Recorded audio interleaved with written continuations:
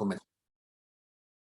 Muy buenas noches tengan todos ustedes. El día de hoy es martes 19 de julio del año 2022 y como hacemos o como procuramos hacer cada semana, estamos en este espacio para aprender de la palabra de Dios y quisiera que me ayudaran a orar allí donde ustedes se encuentran.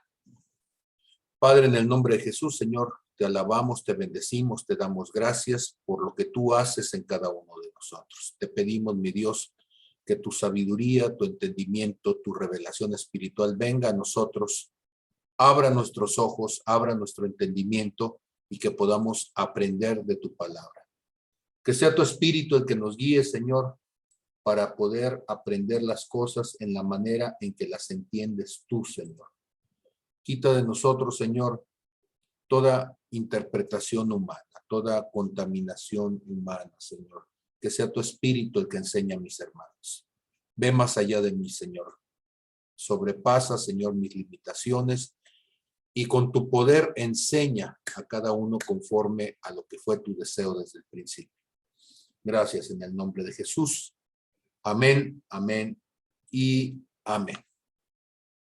Comienzo compartiendo la palabra en esta noche en Juan capítulo 6, en el verso 27, que fue un versículo que hemos hablado ya en los días previos y que entonces nos va a decir lo siguiente. ¿Sí? Esto se desconfiguró, pero aquí ya lo vamos a tener listo.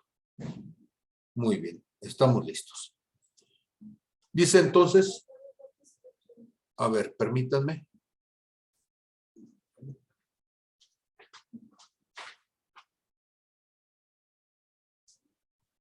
Aquí.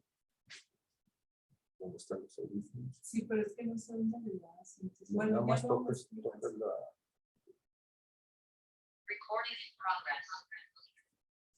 Muy bien.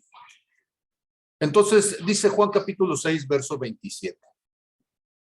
Trabajad no por la comida que perece, sino por la comida que a vida eterna permanece, la cual el Hijo de Dios os dará, porque a éste señaló Dios el Padre. Y entonces le dijeron, ¿qué debemos hacer para poner en práctica las obras de Dios? Recuerdan ustedes que hemos estado hablando acerca de la obra de Dios. ¿Qué debemos de hacer para poner en práctica las obras de Dios? Y respondió Jesús y les dijo, esta es la obra de Dios, que creáis en el que Él ha enviado. Y en esta noche nos vamos a centrar entonces allí en Juan 6, 29. Porque hemos estado hablando entonces, hemos estado comentando acerca de la obra de Dios y espero que ya nos quede muy claro que nosotros somos la obra de Dios y que la obra es su salvación en nosotros. Es cierto, Él hizo los cielos, la tierra, hizo todas las cosas, pero la obra de Dios en particular nos vamos a estar refiriendo a lo que Dios ha hecho por nosotros y que a través de nosotros se manifieste la autoridad, el poder, la misericordia de Dios. Entonces, cuando nosotros hablamos de Juan capítulo 6, verso 29, lo tenemos aquí y lo vamos a volver a mostrar. Esta es la obra de Dios, que crean en el que Él ha enviado. Que crean en el que Él ha enviado. ¿Y a quién envió Dios? La palabra enviado, recuerdan ustedes que lo hemos platicado en más de alguna ocasión, ¿sí? La palabra enviado es la palabra apostelio, ¿sí? Y es curiosa esta palabra porque de esta palabra vamos a tener la muy conocida palabra apóstoles. Cuando dice entonces, Él es a quien Él ha enviado, estamos diciendo la palabra apostelo, ¿sí? Y apostelo, estoy insistiendo en esto, que va a ser la palabra apóstol, porque cuando nosotros decimos la palabra apóstol, nos imaginamos a alguien pues que está en un nivel de autoridad, que alguien que está en un nivel de conocimiento, de entendimiento, Pero la palabra de origen está significando a alguien que es tomado por Dios, alguien que es apartado por Dios, alguien que es tomado y llevado literalmente fuera, devuelto, enviado, ¿sí? Mandado, metido, puesto en una condición especial. Entonces, esta parte de lo que estoy queriendo mostrar es importantísima, porque eso nos va a poner en una sintonía distinta en la forma en que entendemos nosotros la palabra de Dios. Entonces decíamos que creamos en el que Él ha enviado, ¿sí? Y entonces cuando nosotros decimos apostelo, el que Él ha enviado, el que Él ha puesto por allí, ¿recuerdan ustedes que una y otra vez cuando hablamos de estas cosas, siempre estamos poniendo nosotros en el contexto de lo que significa un término? Y yo sé que muchas veces pareciera un cierto abuso las palabras cuando está uno diciendo, es que del griego, bueno, insisto yo en que el Nuevo Testamento está escrito en griego. Si hubiera escrito el Señor en suajili, pues tendríamos que aprender suajili. Pero en el griego la palabra apo significa algo fuera. Por ejemplo, cuando dices apocalipto, apocalipsis, viene apo, es tomar algo y lanzarlo, quitar un velo y hacer que quede fuera, lanzarlo fuera. Entonces la palabra apo como prefijo es de, desde, quitarlo, echarlo de allí, ponerlo en otro lugar, ¿sí? Entonces va a mostrarnos la separación de algo, el quitarlo, ¿sí? El terminar con algo, apo. Ok, entonces la palabra, dijimos, apostelo va a querer decir, apo es tomar algo, ponerlo fuera, ¿sí? Y cuando nosotros decimos la palabra stelo, ¿sí? Es propiamente fijar algo firmemente, ponerlo firmemente, ¿sí? Y entonces, cuando estamos hablando de ello, sería tomar algo y lanzarlo para ponerlo fuera. De allí que cuando se habla de enviar a alguien es ponerlo fuera, mantenerlo fuera, pero como alguien que ha sido enviado, como alguien que ha sido comisionado para llevar a cabo una obra. ¿Sí? Ok, ¿fuera de dónde? Y yo quisiera que ustedes mantuvieran eso en mente. Cuando él dice que crean en el que él ha enviado, entendiéndolo desde su etimología en griego, es el que él ha tomado y lo ha puesto, lo ha afirmado fuera. Primeramente, y las referencias para esto que voy a estar diciendo, pues son bastantes, y solamente voy a tomar algunas, y con ellas espero que sea suficiente para argumentar que hay base bíblica suficiente para lo que voy a decir. Dice en Juan capítulo 9, verso 4, hablando Jesús, me es necesario hacer las obras del que me envió. Me es necesario hacer las obras del que me envió, en tanto que el día dura, la noche viene, cuando nadie puede trabajar, ¿sí? Me es necesario hacer las obras del que me envió. ¿Quién envió a Jesús? Cuando nosotros pensamos en quién envió a Jesús, nosotros lo que tenemos que considerar es que Jesús fue enviado por el Padre, ¿sí? Y que fue enviado entonces a cumplir con una función, con una misión, con un propósito. En Marcos capítulo 12, en el verso 6, nos va a decir, ¿sí? Hablando de la parábola del rey que se iba a casar su hijo y cómo envió entonces a mensajeros antes de él.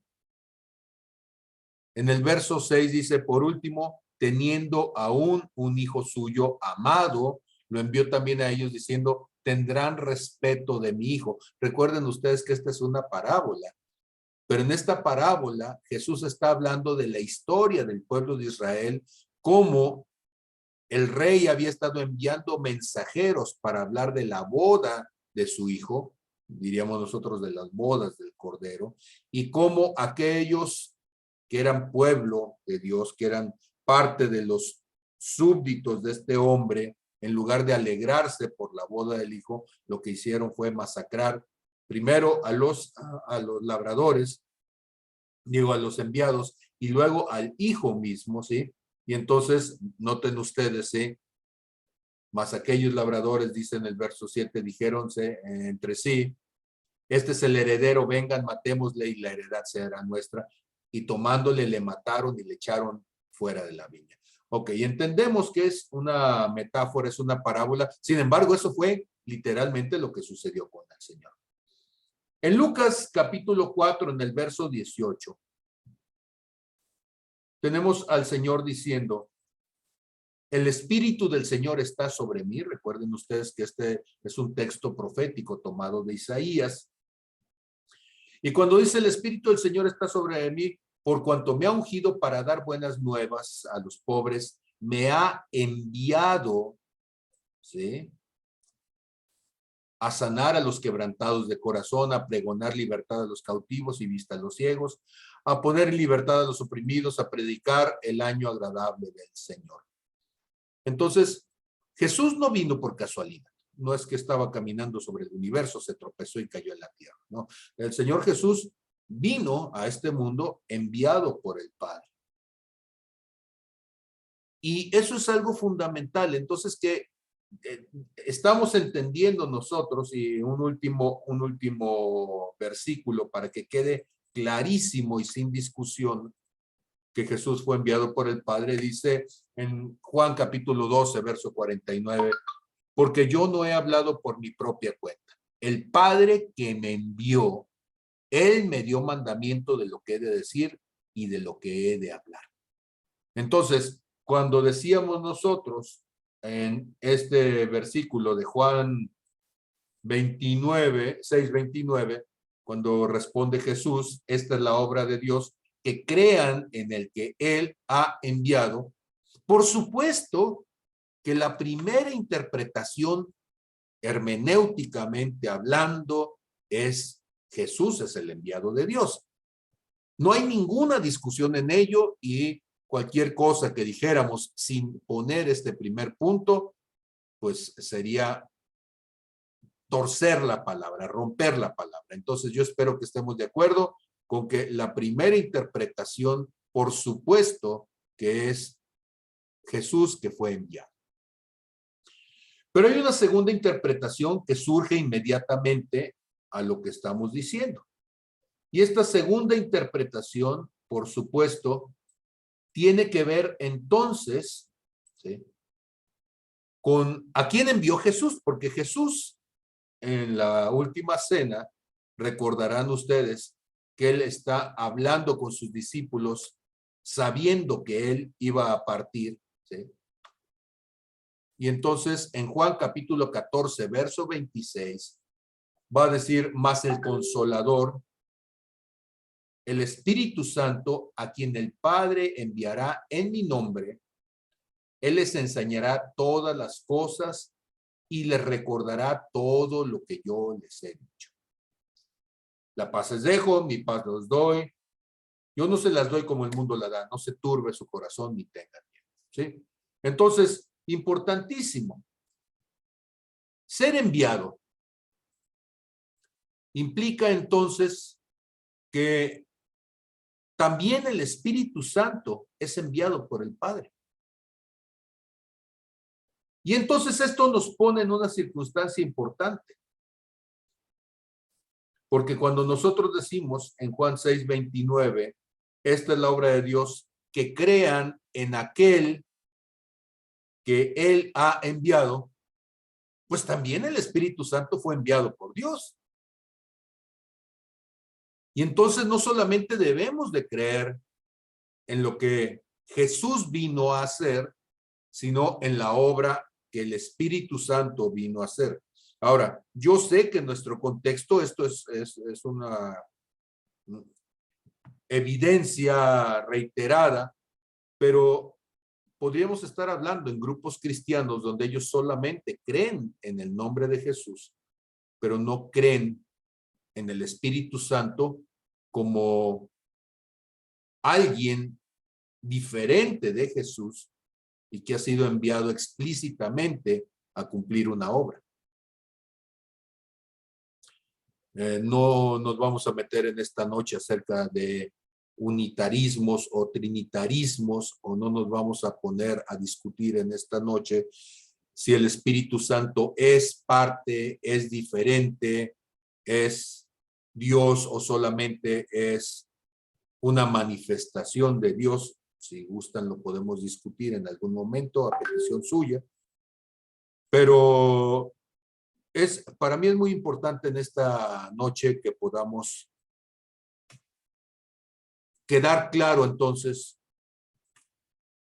que Jesús es primeramente el primer enviado, ¿sí? Y en segundo término, que el Espíritu Santo es enviado, como nos lo está diciendo el Señor Jesús, es enviado por el Padre para que no quedemos solos, que no dejemos huérfanos, ¿sí? Pero a partir de aquí entonces comienza el argumento de esta noche a expandirse. Porque en Juan capítulo 1 tenemos ahora un versículo interesante en Juan 1:6 que dice, hubo un hombre enviado de Dios, el cual se llamaba Juan. Este vino por testimonio, o sea, para dar testimonio de Dios, para que diese testimonio de la luz, ¿sí? A fin de que todos creyesen por él. Queda claro, dice, no era él la luz, sino para que diese testimonio de la luz. ¿Por qué es fundamental esto que estamos compartiendo? Porque entonces no solamente Dios envía a su Hijo, no solamente Dios envía al Espíritu Santo, sino que Dios envía personas, Dios envía seres humanos para que den testimonio de las cosas eternas, para que den testimonio de las cosas que Dios está queriendo llevar a cabo en la tierra. Seres humanos que a diferencia de Jesús, que es perfecto, seres humanos que son imperfectos. Seres humanos que a diferencia del Espíritu Santo, que son todopoderosos, ¿sí? Porque el Espíritu Santo es Dios y entonces es omnipresente, es omnisciente, es omnisapiente, ¿sí? O sea, omnipotente. Entonces, sí, pero seres humanos como Juan, limitados, seres de carne y hueso. Y este Juan el Bautista, además, era un tipo raro socialmente. Era una bestia del desierto, un tipo solitario, vestido de una manera nada convencional, vestido con pieles de camello, con una alimentación rara al contexto, porque además comía pues lo que se hallaba en el campo, chapulines, ¿sí? Y comía, buscaba miel de las abejas silvestres, ¿sí?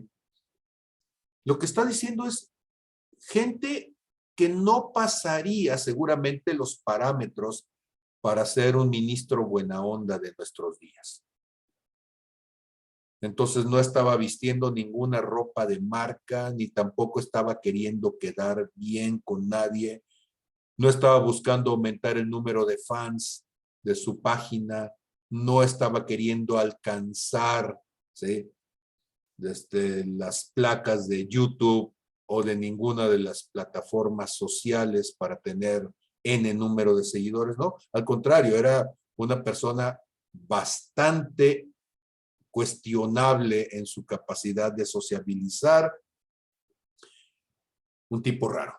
Sí, pero él vino a dar testimonio para que la gente, a partir del testimonio de él, pudiera creer en quien Dios había enviado o en Dios enviaría como la luz.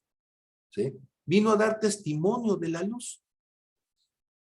¿Por qué es fundamental para mí en esta noche que nos quede claro esto? Porque hay gente que son llamados y olvidamos que el llamado es dar testimonio de la luz, a fin de que todos creyesen a través del testimonio que él estaba dando, pero no que creyesen en Juan el Bautista, sino que creyesen en la luz.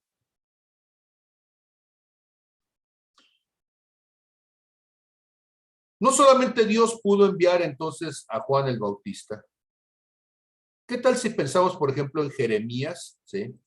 Cuando Jeremías capítulo 25, verso 4 nos va a decir, y Jehová envió a ustedes, todos sus siervos los profetas, enviándoles desde temprano y sin cesar, pero no los oyeron ni inclinaron su oído para escuchar cuando decían, volveos ahora de vuestro mal camino, ¿sí? Y de la maldad de vuestras obras y moraréis en la tierra que les dio el Señor a ustedes, el Señor Jehová, y a vuestros padres para siempre, y no vayan en pos de dioses ajenos, sirviéndoles y adorándoles, ni me provoquéis a ira con las obras de vuestras manos, y no les haré mal. ¿Sí? Y entonces, dice el Señor, no solamente envió a uno, he enviado a multitudes de personas. Y eso entonces lo vuelve más interesante. Porque cuando nosotros pensamos en una persona enviada, pensamos en que esta persona debe ser muy raro, un hecho sin precedentes sobre la faz de la tierra. Sin embargo, el Señor habla de que envió desde los tiempos antiguos, desde muy temprano, siempre estuvo enviando personas que estuvieran allí cumpliendo con ese propósito de convertirse en la voz de Dios, en los emisarios de Dios, para decirle al pueblo, regresen de sus malos caminos, tengan un cambio de conducta, tengan un cambio de actitud, o como diría entonces, ¿sí? Tal como lo estábamos diciendo hace un momento en Juan capítulo 1, en el verso 7, para que dieran testimonio de la luz. Entonces, Juan capítulo 1 en el verso 7, una vez más lo pongo en pantalla. ¿Sí? ¿Para qué llama? Para que estén, ¿sí? Ellos entendidos de dónde está la luz. ¿A quién se le da testimonio de la luz? A los que están en tinieblas. Y entonces por eso el Señor Jesús va a decir que somos luminares, que somos lámparas que no son puestas bajo un almud. Muy bien, seguimos adelante entonces. Y no solamente entonces envía estas multitudes, sino que además ahora vamos a tener un añadido, porque cuando estamos viendo allá, decíamos en Jeremías capítulo 24, porque él dice, él envió a ustedes a todos sus siervos los profetas. Sí, había una distinción, porque seguramente hablar de que alguien es profeta, pues es una minoría contra una mayoría que probablemente no lo sea. Pero Jesús, una vez más regresándonos a Juan, ¿sí? Hace un momento lo veíamos en Juan capítulo 16. Jesús en Juan capítulo 17 ahora va a decir algo, ¿sí? Revolucionario para nosotros. Porque dice, como tú me enviaste al mundo, así yo los he enviado al mundo. Y ahora el Señor Jesús entonces va a ser extensivo algo que normalmente nosotros pensamos que Juan 6:29 no abarcaría, ¿sí? Porque cuando él dice, esta es la obra de Dios, que crean en el que Él ha enviado. Y nosotros entendemos que es cierto, Dios lo envió a Él al mundo. Pero Jesús entonces nos va a decir que nosotros somos enviados. Por eso son tan importantes los versículos de Marcos 16, ya está terminando el libro de Marcos aquí, y a partir del verso 15 les va a decir, vayan por todo el mundo y prediquen el evangelio a toda criatura. Ahora Jesús está diciendo, los enviados son ustedes. Ahora noten ustedes, ¿sí?, que aquí tenemos un versículo previo al versículo 15, que es el versículo 14.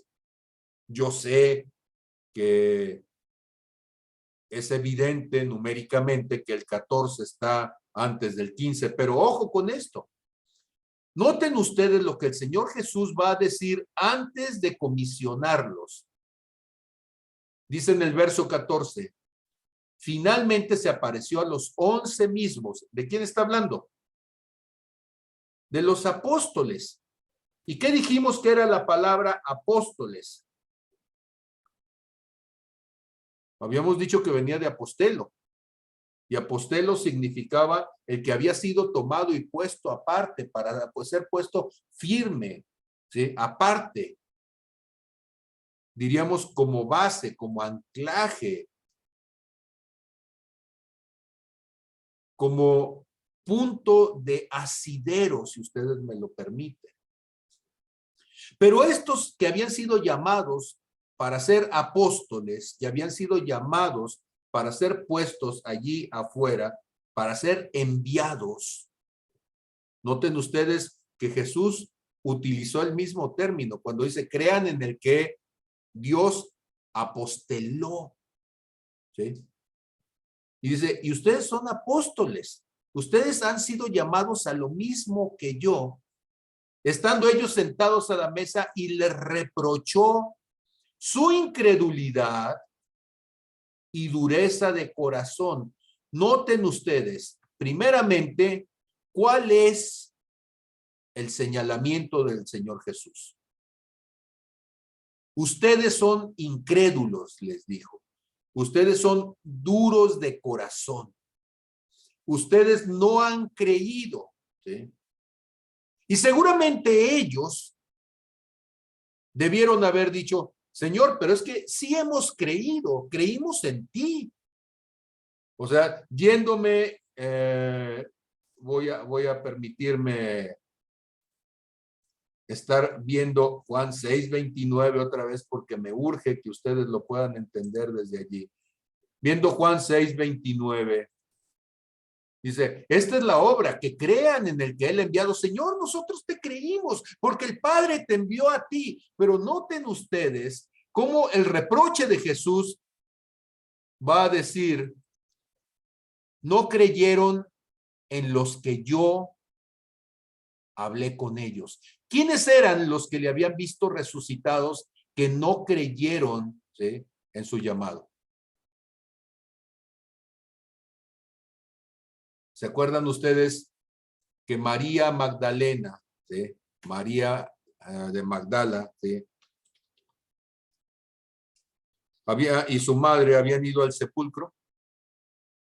Y que estando en el sepulcro habían visto la tumba vacía, y que cuando van ellas con los discípulos no creen en lo que había sucedido, ¿sí? Esto se encuentra en Juan capítulo 20, ¿sí?, a partir del verso 1, y comparto con ustedes el pasaje. Dice, el primer día de la semana, María Magdalena fue de mañana, y siendo aún oscuro, al sepulcro, dice, y vio quitada la piedra del sepulcro, ¿sí? Entonces corrió y fue a Simón Pedro y al otro discípulo, ¿sí?, que amaba al Señor Jesús, ya sabemos que es Juan, y le dijo, se han llevado del sepulcro al Señor y no sabemos dónde le han puesto, ¿sí? Y salieron, ¿sí?, Pedro y el otro discípulo y fueron al sepulcro, ¿sí? Y corrían los dos deprisa, pero el otro discípulo corrió más deprisa que Pedro y llegó primero al sepulcro, y bajándose a mirar vio los lienzos puestos allí, pero no entró, ¿sí? Y bueno, aquí tienen todos ustedes el pasaje, ¿sí? Si ustedes recuerdan, los discípulos tenían el problema de creer en María, porque María tenía muchas posiciones en contra de ella. Primero, era mujer en una sociedad machista, pero además era prostituta o había sido prostituta y tenía un pasado no deseable, ¿verdad? Porque María pues era madre de Jesús, a ella sí podrían haberle creído, pero pues María la prostituta pues no tanto, ¿verdad? Sí. Y entonces, además, no era del linaje espiritual de los escogidos, porque ustedes saben que de repente en las iglesias están los que son cercanos al líder y esos son entonces infalibles y su testimonio entonces es veredicto de verdad, pero María no era de la familia espiritual de Jesús, seguramente. Y bueno, cierto, era su amiga, pero ya ven todas las cosas malas que después la gente andaba diciendo de esta pobre mujer, y etcétera, etcétera, etcétera. Y entonces María tenía un montón de situaciones en contra. Y cuando nosotros pensamos en estas situaciones en contra, muchas de ellas se convierten entonces en los elementos para que alguien no le crea al Señor, ¿sí? Jesús les está diciendo, no creyeron, ¿sí?, en los que, dice, porque no habían creído a los que le habían visto resucitado, ¿sí? Ok, hubo algunos que inmediatamente le creyeron.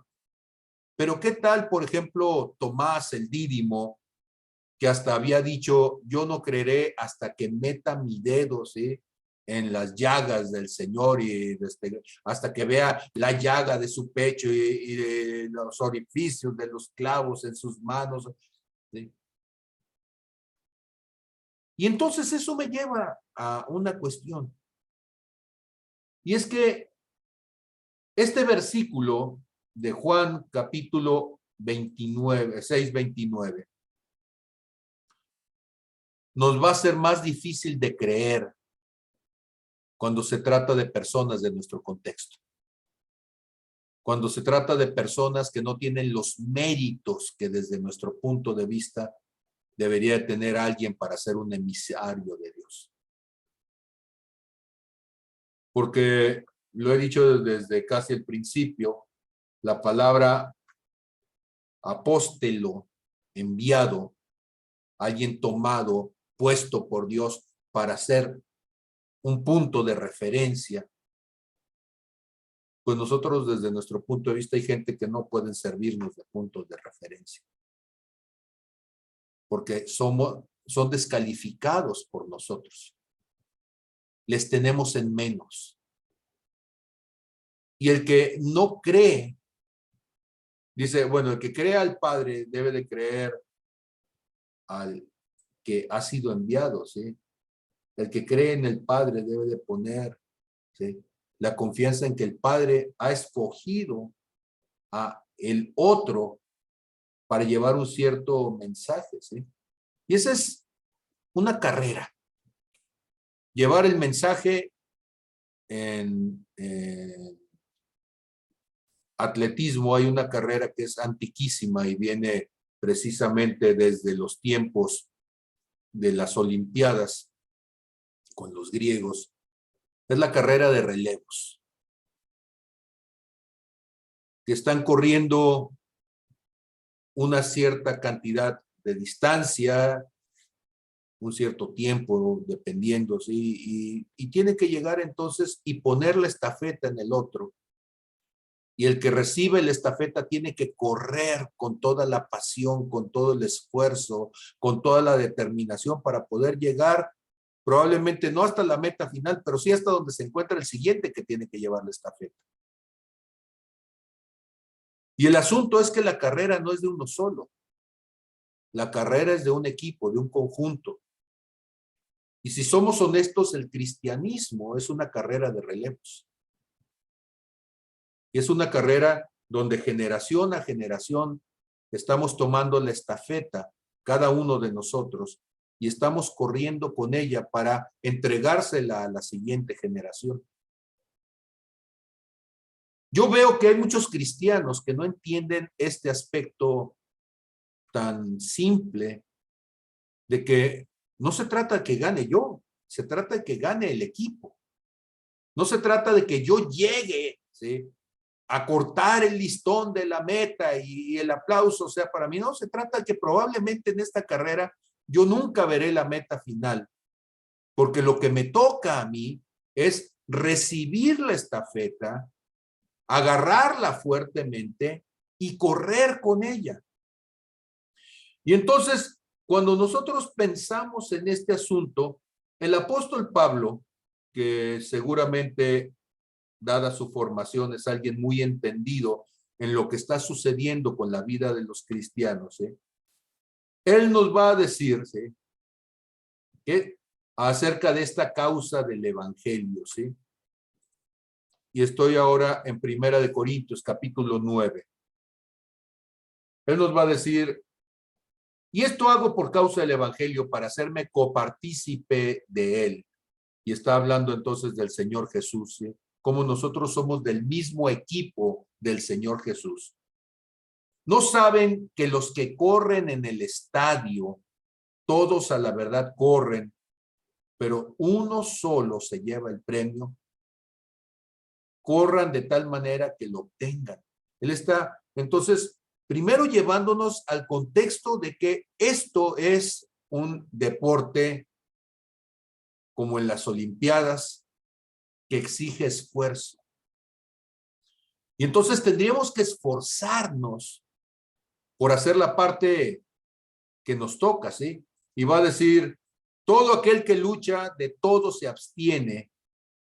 Ellos a la verdad para recibir una corona corruptible, pero nosotros una corona incorruptible, ¿sí? Entonces, no solamente es un asunto de llegar, el asunto es, ¿sí?, que hay una demanda para cada uno de nosotros, porque fuimos enviados en una carrera. Fuimos tomados y puestos con un propósito.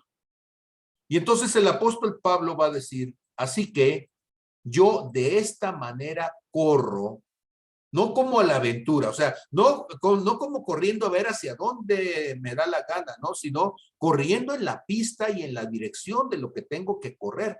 Por eso está diciendo, no como a la aventura, no es aleatorio, a ver, doy un brinquito para aquí y 10 brinquitos para allá. No, estoy corriendo en la línea, en la dirección de lo que tengo que hacer. Y dice, y de esta manera peleo, no como quien golpea al aire, ¿sí?, sino que golpeo mi cuerpo, y estoy hablando de disciplina. Está hablando entonces de someterse. Dice, y lo pongo en servidumbre, no sea que habiendo sido heraldo para muchos, yo mismo venga a ser eliminado. Yo no sé si ustedes recuerdan un pasaje de nuestra historia. Saben ustedes que México es un país con una tradición antiquísima de marchistas. Y entonces tengo en memoria una ocasión en donde en los Juegos Olímpicos, ¿sí?, no sé si ustedes se acuerdan, ¿sí?, de cómo, pues yo quisiera decir que fue uno solo, pero no, en realidad, pues un montón de marchistas mexicanos. El último fue Bernardo Segura, cuando fue descalificado de los Juegos Olímpicos, ¿sí? Allá en Sydney. Y él entonces va corriendo, lleva un buen tiempo y demás, ¿sí? Pero por perder el ritmo, por levantar más sus pies del suelo de lo que debería ser, por empezar a tener rebote, los jueces. ¿Puede venir, por favor? Ah, yo estoy bien. ¿Puede venir, por favor? Los jueces lo toman y lo sacan. Simplemente le dicen, usted está descalificado, ¿sí? Y entonces, cuando nosotros vemos, ¿sí? Cómo este tipo de cosas suceden, tú puedes estar casi al final. Creo que era Ernesto Canto, quien también ya estaba entrando al estadio, y en el túnel antes de llegar, ¿sí? A meterse al estadio, después de haber recorrido casi 42 kilómetros, ¿sí? En los últimos metros de la carrera, le sacan la tarjeta y le dicen descalificado. Entonces, el apóstol Pablo nos dice, hay un llamado. Y en ese llamado, en esta situación de la carrera, cada uno de nosotros tenemos que entender que fuimos enviados para cumplir con un propósito. ¿Cuál era el propósito que dijimos entonces? Pues el propósito que dijimos era dar testimonio de la luz. Esa es nuestra carrera. Dar testimonio de la luz. Y entonces es como si fuera entonces, en lugar de una carrera de relevos con una estafeta, es como si fuera una carrera, pero como la carrera donde llevan la antorcha. Y esa antorcha van corriendo con ella. Y esa carrera es mucho más larga, porque esa carrera atraviesa países.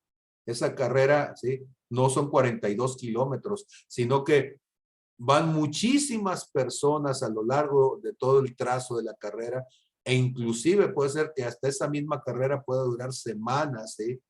Porque llevan entonces la antorcha encendida para que con esa antorcha encendida pueden llegar e iluminar entonces el pebetero del Juego Olímpico.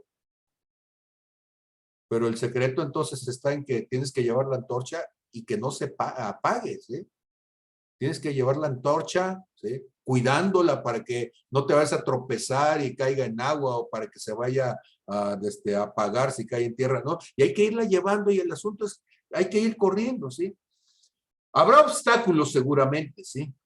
El apóstol Pablo lo va a decir así en Gálatas capítulo 5, en el verso 7. Ustedes corrían bien. ¿Quién les estorbó para no obedecer a la verdad? Entonces habrá estorbos,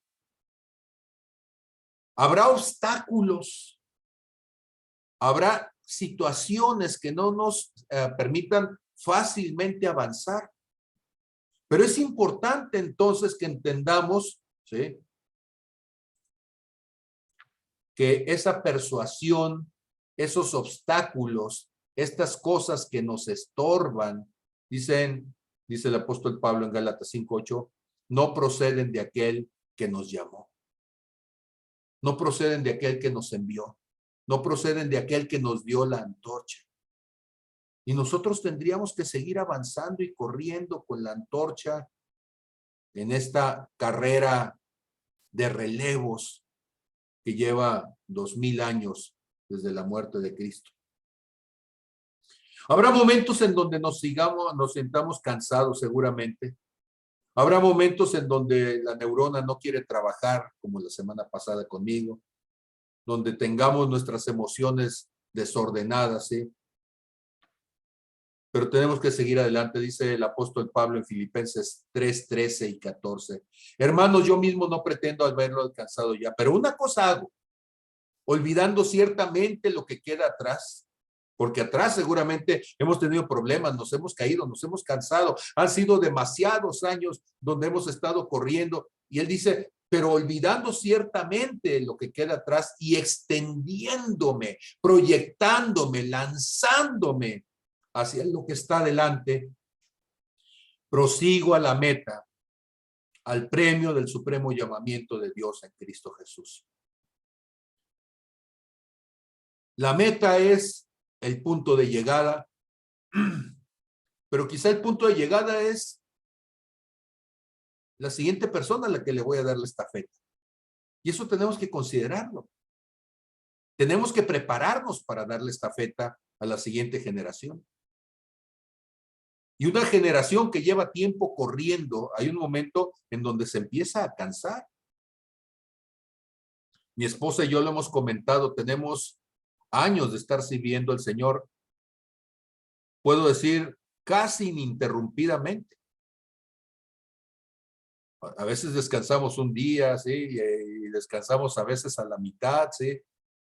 Descansamos a ratos y a ratos, ¿no? Y llega un momento en donde tu cuerpo está cansado. Sí, pero seguimos corriendo en este supremo llamamiento de preparar a la siguiente generación para que tome el lugar, para que en su momento pueda llevar la antorcha, para que siga en medio de la oscuridad dando testimonio de la luz.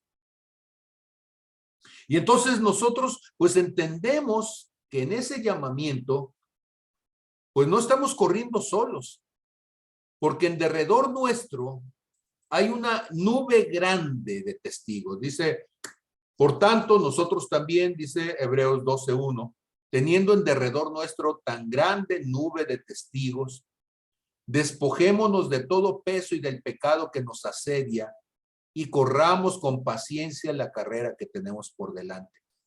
Correr y además de eso ir cargando 2 sacos de cemento, pues lo vuelve, ¿sí?, complicado. Entonces, tienes que soltar. Hay cosas que tenemos que soltarlas. Nos cuesta porque son parte de nuestros afectos y me atrevo a decir muchas veces afectos desordenados. ¿Saben ustedes que la amargura cuesta? Te cansa. No puedes correr cargado de amargura, no puedes correr cargado de ira, no puedes correr cargado de odio, no puedes correr cargado de lujuria, ¿sí? Te cansa. ¿Cómo lo sé? Pues porque durante años traté de correr con ella, ¿sí? Y entonces no es que alguien me lo haya dicho. Es porque tratas de hacerlo y no tienes fuerzas. Te roban las fuerzas.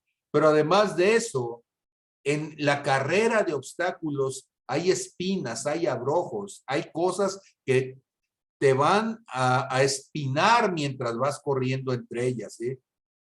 Como el juicio de otros, como los señalamientos, como el rechazo, como tus propios miedos. El pecado que nos asedia y está a la vuelta de la esquina, esperando que vuelvas a las cosas pasadas, que vuelvas otra vez a cargar aquello que ya habías soltado. Y entonces hay que soltar esas cosas para tener la fuerza de seguir adelante, pero además hay que entender que esta es una carrera de fondo. No es una carrera de unos pocos metros donde es arrancar de caballo y parar de burro, ¿no? Tienes que correr con paciencia, sabiendo que es un día, otro día, una semana, otra semana, un mes, otro mes, un año, otro año, y que es una carrera del resto de tu vida. Pero además que te puedes desorientar fácilmente. Por eso debes de mantenerte con los ojos puestos en Jesús, para no perder la dimensión de hacia dónde vas corriendo, de por qué vas corriendo, de quién te está esperando en esa carrera. Porque Jesús es el autor y consumador de la fe, el cual también corrió, también hizo esa misma carrera. Él dio la primera etapa y él dará la última. Él comenzó con esa estafeta. Y él está esperando, ¿sí?, cerca del final, al que le toque llegue con esa estafeta, ¿sí? Por eso dice el autor y consumador de la fe. Él es el que comenzó y es el que va a terminar. Y el cual, por el gozo puesto delante de él, no solamente sí corrió, sino que corrió y esa carrera le llevó hasta el Gólgota. Menospreciando el oprobio, porque mientras corría su carrera, muchos alrededor lo señalaban, lo vituperaban, ¿sí? Se burlaban de él, no tenían la confianza. Era señalado con rechazo. Y él vivió entonces todo eso, pero finalmente cubrió su etapa, está sentado a la diestra del trono de Dios y allí entonces recibirá la estafeta una vez más para la eternidad, ¿sí? Y entonces nosotros tenemos que prepararnos constantemente para estar corriendo con esa paciencia y tenemos que prepararnos despojándonos, tenemos que prepararnos, ¿sí? Enfocándonos. Habrá un momento entonces donde lleguemos en esta parte final, ¿sí? Cansados seguramente, cuando hayamos entregado la estafeta y podamos decir, como el apóstol Pablo, porque yo ya estoy para ser sacrificado y el tiempo de mi partida está cercano. O sea, hice la parte que me tocaba. Me desgasté en mi carrera. Verso 4:7, segunda de Timoteo 4:7. He peleado la buena batalla, he acabado la carrera, he guardado la fe. Esta carrera de llevar la antorcha de la luz, esta carrera de relevos, es una carrera que nos debe de consumir. Por eso dice en el verso 8, inmediatamente siguiente, por lo demás, me está guardada la corona de justicia, la cual me dará el Señor juez justo en aquel día, y no solo a mí, sino también a todos los que aman su venida. Diríamos a todos los que han participado en esta carrera, a todos los que han llevado la antorcha, a todos los que han llevado la estafeta, a todos los que han sido parte del relevo. Juez justo significa que él verá no solamente mis fracasos, verá mis éxitos, verá mi intención, verá que hubo obstáculos donde caí. Y a veces cuando uno piensa en las carreras de obstáculos, uno se le olvida todas las heridas, todas las lastimaduras que tiene gente que practica este tipo de carreras. Porque van corriendo mientras tienen que ir saltando y no son cosas livianas y no son cosas frágiles, son barreras de madera con metal que al momento de un golpe se lesionan. No sé si ustedes han visto, pero yo he visto deportistas cuando van desarrollándose en su carrera y se golpean y algunos hasta terminan fracturados allí, ¿sí? Y más de alguna ocasión, algunos de nosotros hemos terminado fracturados en los obstáculos. Hemos pisado la cáscara de plátano y caímos en pecado. Hemos cometido faltas y hemos sido amonestados, como decía de estos marchistas, ¿eh?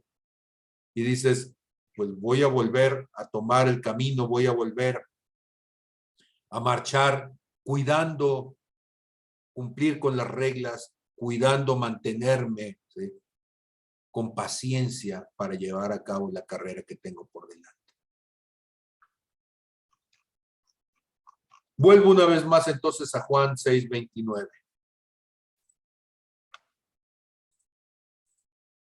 Esta es la obra de Dios, que crean en el que Él ha enviado. Y entonces resulta que no solamente tengo que creer en que Dios ha llamado a alguien más. Resulta que Dios me ha llamado a mí. Y tú podrías decir lo mismo, Dios me ha llamado a mí. Y así como puedo creer que Dios puede usar a alguien más, tengo que creer que Dios me puede usar a mí. ¿Por qué? Porque yo no tengo los méritos, no si tengo los méritos, es porque Él es mi Padre. Y me ha invitado a que corra esta carrera con Él. Porque esta carrera no termina aquí en la tierra, esta carrera termina en su presencia. Es una carrera para llegar a su presencia, a la casa del Padre. En mi carrera de esta vida, una vez me tocó participar, cuando era monje, en las fiestas de Ciudad Guzmán, que era donde estaba el noviciado. Y había que llevar entonces literalmente una antorcha, y en esa antorcha, bueno, con esa antorcha uno tenía que correr una cierta distancia, y dependiendo del género, de la edad, de las condiciones y de las necesidades, pues a algunos les tocó correr muy poquito, porque niños agarraron la antorcha y corrieron 100, 200 metros, ¿sí? Señores corrieron un pedacito, viejitas y todo mundo, ¿sí? La idea era que fuera algo donde todo mundo pudiera participar.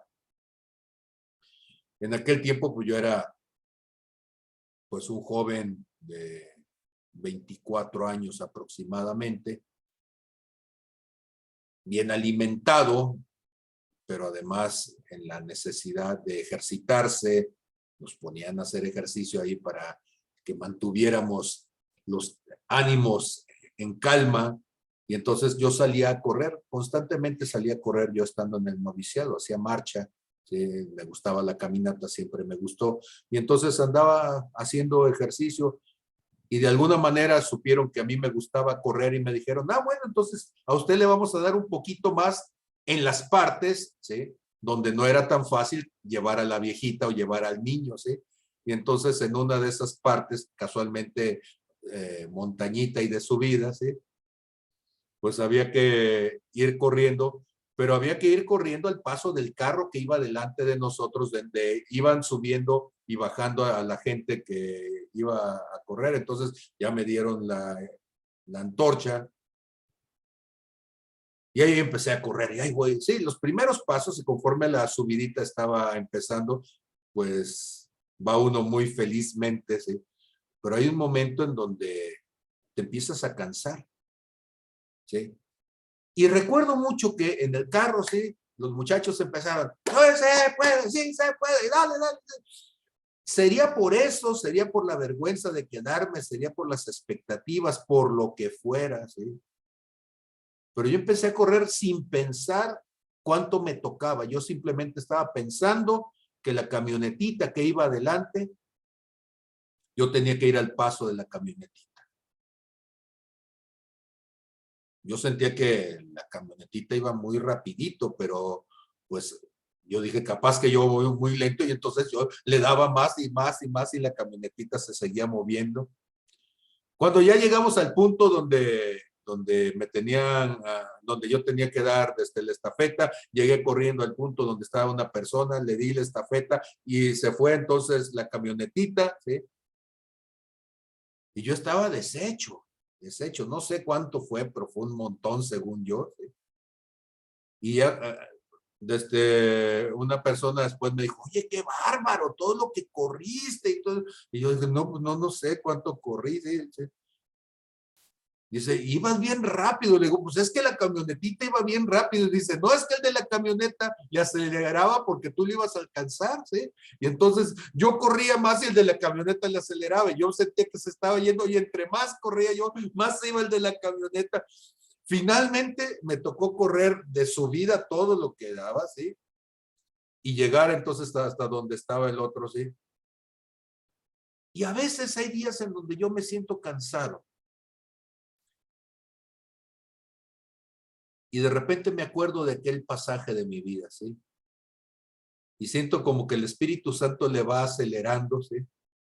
Y digo, Señor, no sé si tú le estás dando porque te quiero alcanzar, ¿sí? O estoy corriendo porque no quiero que me dejes, pero lo cierto, Señor, es que pues ya van pues tantas décadas de servirte, ¿sí? Yo quisiera que ustedes pudieran verlo así. El camino con el Señor es un camino que a veces nos exige ir cuesta arriba. Yo no sé si voy rápido. Lo que sí sé es que no quiero que Él me deje. No quiero quedarme atrás. Hay días en donde espiritualmente ando con el tobillo lastimado y no puedo ir muy rápido. Y el Señor como que baja el ritmo, pero de todos modos sigue avanzando y sigue avanzando. Y tenemos que seguir buscando y corriendo. Tenemos que creer que Él no se equivocó al escogernos a nosotros. Él no se equivocó. Así como no se equivocó al escoger a Moisés, así como no se equivocó al escoger a David, o a Elías, Eliseo, a Isaías, a Ezequiel, a Juan el Bautista. No se equivocó cuando escogió al apóstol Pablo, a Pedro, a Juan, a Santiago, a ninguno de ellos. No se equivocó. Eran quienes debían de ser escogidos. Y yo tengo que decirme ahora, Señor, tú no te equivocaste entonces. Aun cuando escogiste a Judas, tú no te equivocaste, porque tú le llamaste para ser apóstol. Pero se equivocó el Señor. Yo no quiero equivocarme. Si hay momentos en donde caigo, si hay momentos en donde dudo, si hay momentos en donde me fatigo, Señor, ayúdame, no me quiero quedar detenido. Quiero seguir adelante. Quiero estar, Señor, en la carrera donde tú estás. Quiero hacer, Señor, mi parte, quiero llevar, como me lo pediste, la antorcha, la estafeta, como se lo pediste a Juan el Bautista. Quiero llevar la luz. Tu palabra dice, y ahí termino, Señor, que Juan el Bautista vino, fue llamado, fue enviado por testimonio, para que diese testimonio de la luz, a fin de que todos pudieran creer por él, a través de él, por el testimonio de él. Gracias, Padre, en el nombre de Jesús, por esta oportunidad de correr contigo. Amén, amén y amén. ¿Qué me dicen ustedes de esto que acabamos de compartir?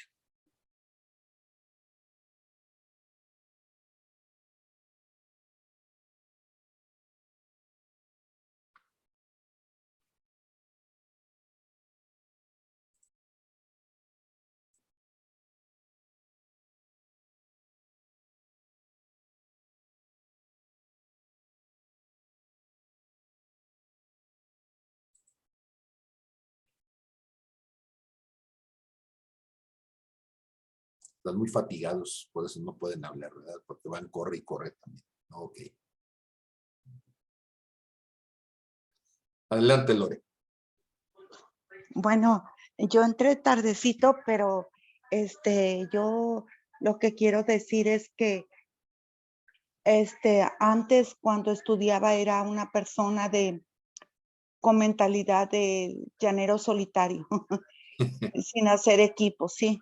Entonces Dios ha trabajado mucho en mi corazón en hacerme ver que somos una sola iglesia en todo el mundo. Amén. Y Él es la cabeza. Entonces, el trabajo en equipo y dejar de ser egocéntrico, hasta narcisista, en fin, sí, esa es una cosa. Y otra cosa es que también estos últimos días he meditado que este tiempo que estoy aquí en la tierra es cortito y que mi meta es Él y mi mirada debe estar en Él y que aún las gentes, mis mascotas que tanto amo, ya me dijo, no van a estar allá porque no tienen alma, ¿sí? Entonces, y aún mi hija y toda la gente que amo y quiero, no la voy a ver igual allá en el cielo, sino que él va a ser él va a ser mi deleite. Entonces, esto es transitorio. Incluso hasta los problemas que pueda, enfermedades que pueda haber en mi familia y todo eso, estoy viéndolo ya de otro modo, porque es transitorio. Sí, porque si miro a él y él es la meta y vivo confiada en él y vivo sabiendo que hasta si se me cae un pelo de mi cabello, él lo sabe y él está tratando conmigo y él me ama. Entonces, ¿por qué voy a entrar en pánico cuando las cosas no pinten tan bien como yo quiero que pinten? Entonces es vivir en fe, o sea, vivir sabiendo que él está conmigo y somos amigos y que él me ama, es mi papi. Entonces, es otra forma de ver toda la vida y las cosas. Eso para mí es lo que, pues, alcanzo a masticar y asimilar y como ayer lo dice, acomodarlo, lo que se habló hoy, a mi yo, a lo que es mi vida, pues, gracias. Muchas gracias, gracias, Lore. ¿Alguien más? Yo quiero decir algo, Sí, pastor. Lupita, adelante. En mi vida cristiana ha habido, pues ha sido una carrera muy difícil de llevar para mí. Pero en todo ese caminar, pues he corrido, me he caído, me he levantado y estoy en un tiempo como de espera. Estate quieta, espera. Hay cosas, muchas cosas que yo quiero hacer, que anhelo hacer, pero todavía no es mi tiempo. Hay un tiempo en el cual Dios te lleva y te dice, aquí todavía no estás preparada para que lo hagas. Y he sido como caballo desembocado, he querido hacerlo y pues no me ha funcionado en la forma en que no es mi tiempo. Ahorita estoy en un tiempo en que esto te puse a hacer, mantente quieta, espera en mí, espera en mis promesas, yo lo haré. Y aunque muchas veces pues queremos las cosas rápido, queremos correr, queremos avanzar, no queremos estar estancados, por lo menos yo, pero el tiempo y el momento lo tiene Dios. Entonces esto me llevó a que pues estate quieta, ahí te quiero, ahí en esa área, ahí trabaja, ahí desarróllate, ahí estate, ¿verdad? Mientras él trabaja en mí en otras cosas, en mi casa, en mis hijos, aunque no lo vea, pero lo está haciendo y tengo que ser paciente, dice, espera, pues pacientemente esperé a Jehová, él me oyó y me libró de todas mis aflicciones. Me quedo con esto y creo que lo entendí muy bien. Gracias. Sí. Gracias, Lupita. Buenas noches. ¿Alguien más para cerrar?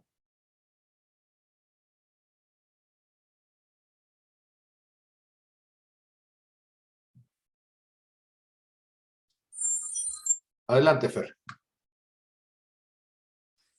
Querido. Perdón, es que estaba entrando una llamada y ahorita se las regresé, voy a silenciarlo. Perdón, me incidió.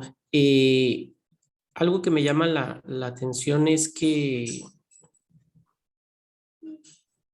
se tienen que ver los frutos y si nos quedamos esperando, bueno, voy a hablar de mí. A mí me han llegado los tiempos y a veces tienen que pasarnos, tuvo que pasarme algo que quebrantara mi corazón para poder tener ese acercamiento y ese hacer cuentas de mi vida con Dios en este momento, con Jesús en este momento, y hacer los cambios necesarios, estudiando la palabra, revisando y haciendo una conciencia y un recuento de lo que ha sido mi vida desde que tengo conciencia hasta la fecha, y reconocer las cosas que sé que hago mal o que sé que estaba haciendo mal y que decía que no podía y más bien era que no quería, y que aunque duela, hay que hacerlo. Aunque mi carnalidad se revuelque, hay que hacerlo en las fuerzas de Él y ser un testimonio. Yo lo he comentado, que para poder tener autoridad en mi casa, tengo que ser ejemplo de ellos, ¿sí? Tengo que estar todos los días buscando ser un cristiano verdadero, y que mi comportamiento desde que amanece hasta que anochece, preguntar en algunas decisiones cómo lo haría Jesús, cómo debe de hacerse, y no en mis maneras, ni en mis egos, ni mis vanidades y todo, ¿sí? Me gusta mucho escuchar lo que dice a Pablo, porque al apóstol Pablo, porque muchas ocasiones el ego, la soberbia, los diplomas, los títulos y todo nos hacen arrogantes, soberbios y creer que sabemos y todo, cuando la verdad en un instante nuestra vida se cae, se desploma y vemos que no cumplimos en lo más importante, que fue nuestra familia, ¿sí? Pero que siempre es tiempo de corregir, siempre es tiempo, pero tengo que cambiar yo para que se pueda generar ese cambio. Tengo que tener esa manera, tengo que tener esa humildad, tengo que tener ese corazón diferente hacia ellas y hacia las personas con las que tengo contacto, convivo, y se tiene que ver en parte de mis obras, que lo que estoy escuchando, que lo que estoy leyendo, lo estoy llevando a la práctica, que mi cristianismo sea teórico práctico y más práctico que teórico, ¿sí? ¿Por qué? Porque muchas veces ya lo leímos, ya lo sabemos, y como alguna vez lo comenté, que yo le preguntaba a un instructor por hacer la analogía, yo le pagué mucho tiempo para que me enseñara y le decía, oye Ángel, ¿qué voy a hacer? Y me dice, Fernando, ya sabes lo que tienes que hacer, no me tienes ni que preguntar. Entonces, en mi día a día, Fernando, ya sabes qué tienes que hacer, cuida tu boca, cuida tus ojos, cuida la manera en que miras, mira la manera que te expresas y todo, y da lo que puedas dar, ¿sí? ¿Por qué? Porque Dios ha sido muy generoso conmigo y con mucha gente, pero a veces no lo queremos ver ni lo queremos aceptar. Para mí, el llamado lo siento que ha llegado y me estoy quitando trabajos. De hecho, la semana pasada fue mi prejubilación. Me estoy quitando, ahora sí que Fernando, no te afanes en esas cosas porque esas no tienen fin, pero sí en lo espiritual. Trabaja más en lo espiritual y que se refleje en los que están alrededor tuyo. Creo que con eso comento lo que quiero decir y lo que entiendo del día de hoy. Amén. Muchísimas gracias por la participación de cada uno. Pues qué gusto haber estado con ustedes. Nos estamos viendo entonces el próximo domingo, si Dios en verdad lo permite. Sí, cuídense mucho. Bendiciones. Bye.